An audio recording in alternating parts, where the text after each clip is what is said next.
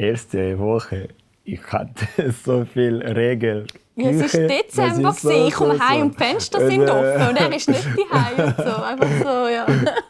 Ich habe manchmal gefackelt meine Wohnung ab am Anfang.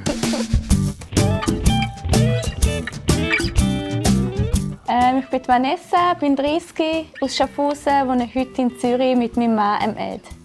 Eu sou Ed, brasileiro, e vivo há 2 anos aqui na Suíça com minha esposa linda.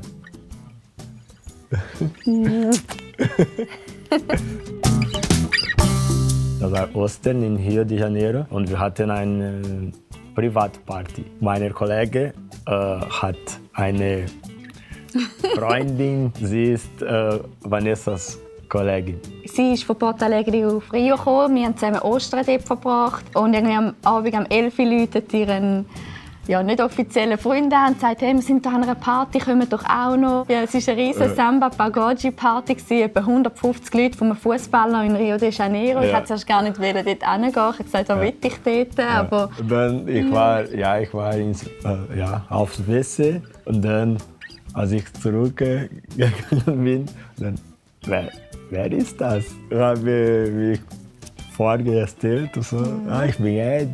Und dann sie hat mir gesagt, ja, du kannst auf Portugiesisch sprechen. Er hat einfach die Aura, die er hat. Oder? Er ist erstrahlt, er ist so positiv. Und das habe ich irgendwie gerade gesehen und gespürt. Und das ist immer schön, wenn man so Menschen trifft. Oder? Ich bin zurück in die Schweiz und habe eigentlich nicht wirklich mich in etwas einsteigern, bis ich ihn dann eigentlich das zweite Mal gesehen habe und dann eigentlich gewusst habe, also, egal was passiert. Eher mich. Ja, natürlich. Wir waren am Tanzen und mit Musik. Und ja, ich habe das gefühlt, dass etwas passieren kann. Der Ed ist das erste Mal in die Schweiz gekommen und es war ein Tag, bevor wir zu meinen Eltern sind. Ja. Und er hat gesagt, ich gehe sicher nicht zu deinen Eltern, wenn ich nicht offiziell dein Freund bin. Und ja, stimmt. Genau. Also am 18. Juli hat er gesagt, ob ich will, seine Freundin sie offiziell will. Er liebt mich.